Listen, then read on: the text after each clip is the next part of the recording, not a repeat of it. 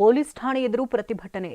ಇನ್ಸ್ಟಾದಲ್ಲಿ ಅಶ್ಲೀಲ video edit ಮಾಡಿದವರ ವಿರುದ್ಧ ಎಫ್ಐಆರ್ ದಾಖಲು.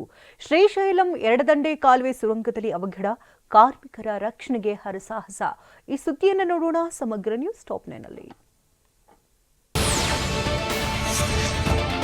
ಬೆಂಗಳೂರಿನಲ್ಲಿ 4 ವರ್ಷದ ಬಾಲಕಿ ಮೇಲೆ ಅತ್ಯಾಚಾರ ಆರೋಪ ಕೇಳಿಬಂದಿದೆ. ವರ್ತೂರು ಪೊಲೀಸ್ ಠಾಣಾ ವ್ಯಾಪ್ತಿಯಲ್ಲಿ ನೇಪಾಳ ಮೂಲದ ಅಪ್ರಾಪ್ತೆ ಮೇಲೆ ಅತ್ಯಾಚಾರ ನಡೆದಿದೆ ಅಂತ ಆರೋಪಿಸಿದ್ದಾರೆ. ಸೆಕ್ಯೂರಿಟಿ ಗಾರ್ಡ್ ಕೆಲಸ ಮಾಡುತ್ತಿರುವ ಬಾಲಕಿ ತಂದೆ ಆರೋಪಿಸಿದ್ದು, ಬಿಹಾರ ಮೂಲದ ಯುವಕನನ್ನ ವರ್ತೂರು ಪೊಲೀಸರು ವಶಕ್ಕೆ ಪಡೆದಿದ್ದಾರೆ. ವಿಷಯ ತಿಳಿಯುತ್ತಿದ್ದಂತೆ ನೇಪಾಳಿ ಜನರು ಠಾಣೆ ಎದುರು ಜಮಾಯಿಸಿದ್ರು. ಇನ್ಸ್ಟಾಗ್ರಾಂನಲ್ಲಿ ಕಿಡಿಗೇಡಿಗಳು ಅಶ್ಲೀಲ ವಿಡಿಯೋ ಎಡಿಟ್ ಮಾಡಿದ್ದಾರೆ. Social media influencer photo video edit ಮಾಡಿದ್ದಾರೆ. ತನಿಸಾ ಖಾನ್ ಫೋಟೋ ಮತ್ತು ವಿಡಿಯೋ ಅಶ್ಲೀಲವಾಗಿ ಎಡಿಟ್ ಮಾಡಿ ವೈರಲ್ ಮಾಡಿದ್ದಾರೆ. Tausif Jaan, Mohammed Salman, star DJ, Red Bull Khan K Jaan Instagram ಐಡಿಯಿಂದ ಎಡಿಟ್ ಮಾಡಿ ವೈರಲ್ ಮಾಡಿದ್ದಾರೆ. ವಿವಿಧ ಐಡಿಯಿಂದ ವಿಡಿಯೋ ಶೇರ್ ಮಾಡಿದ್ದವರ ವಿರುದ್ಧ ಬೆಂಗಳೂರಿನ ಗೋವಿಂದಪುರ ಠಾಣೆಯಲ್ಲಿ ದೂರು ದಾಖಲಾಗಿದೆ.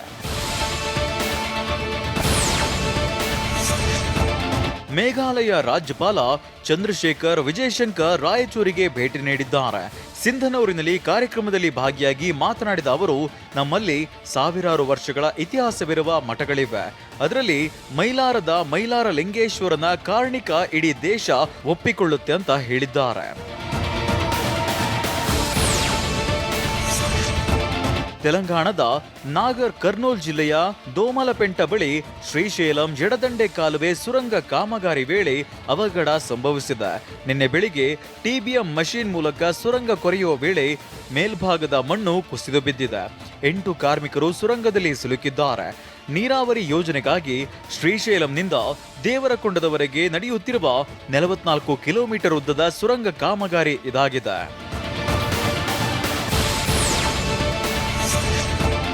ಒಂದು ಬದಿಯಿಂದ 14 ಕಿಲೋಮೀಟರ್, ಮತ್ತೊಂದು ಬದಿಯಿಂದ 23 ಕಿಲೋಮೀಟರ್ ಕಾಮಗಾರಿ ಮುಗಿದಿದೆ. ಉಳಿದ 9 ಕಿಲೋಮೀಟರ್ ಕಾಮಗಾರಿ ಸದ್ಯ ನಡೆಯುತ್ತಿದೆ.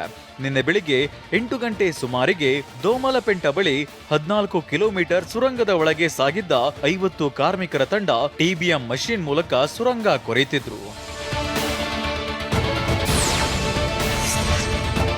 ದುರಂತದ ಬಗ್ಗೆ ತಿಳಿಯುತ್ತಿದ್ದಂತೆ ಪ್ರಧಾನಿ ನರೇಂದ್ರ ಮೋದಿ ತೆಲಂಗಾಣ ಸಿಎಂ ರೇವಂತ್ ರೆಡ್ಡಿಗೆ ಫೋನ್ ಮಾಡಿ ಘಟನೆಯ ಬಗ್ಗೆ ಸಂಪೂರ್ಣ ವಿವರಣೆಯನ್ನ ಪಡೆದುಕೊಂಡಿದ್ದಾರೆ.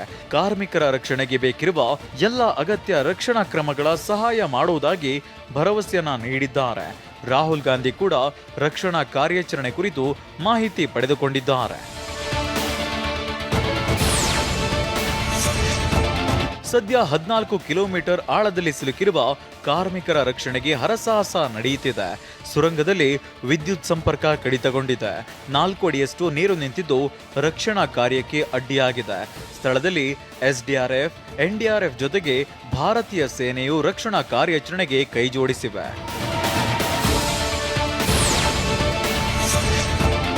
ದೇಶದ ಪ್ರಮುಖ ನಿದ್ರಾ ಉತ್ಪನ್ನಗಳ ತಯಾರಕರಾದ ಪೆಪ್ಸ್ ಇಂಡಸ್ಟ್ರೀಸ್ ಬೆಂಗಳೂರಿನಲ್ಲಿ ಹೊಸ ಐಷಾರಾಮಿ ಹಾಸಿಗೆಗಳನ್ನು ಲಾಂಚ್ ಮಾಡಿದೆ. ಹೊಸತನ ನೀಡಬೇಕು ಮತ್ತು ಕೈಗೆಟುಕುವ ಬೆಲೆಯಲ್ಲಿ ಉತ್ಪನ್ನ ಒದಗಿಸಬೇಕು ಎಂಬ ತತ್ವಕ್ಕೆ ಬದ್ಧರಾಗಿರುವ ಪೆಪ್ಸ್ ಕಂಪನಿಯು ಕಂಫರ್ಟ್, ಸುಪ್ರೀಂ, ರೋಸ್ಟನಿಕ್ ಹಾಗೂ ಮೆಮೊರಿ ಫಾರ್ಮ್ ಎಂಬ 4 ಹೊಸ ಉತ್ಪನ್ನಗಳನ್ನು ಅನಾವರಣಗೊಳಿಸಿದೆ.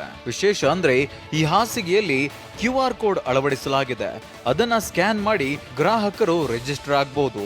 ಅಂತಹ ಗ್ರಾಹಕರಿಗೆ 2 ವರ್ಷ ಹೆಚ್ಚುವರಿ ಗ್ಯಾರಂಟಿ ಸೌಲಭ್ಯ ಸಿಗುತ್ತೆ ಅಂತ company CEO G Shankar Ram ಹೇಳಿದ್ದಾರೆ. 4-5 ಸ್ಪ್ರಿಂಗ್ ಮ್ಯಾಟ್ರೆಸ್ ಲಾಂಚ್ ಮಾಡ್ತೀವಿ. ತುಂಬಾ ಇನೋವೇಟ್ ಮಾಡಿದ್ದೀವಿ.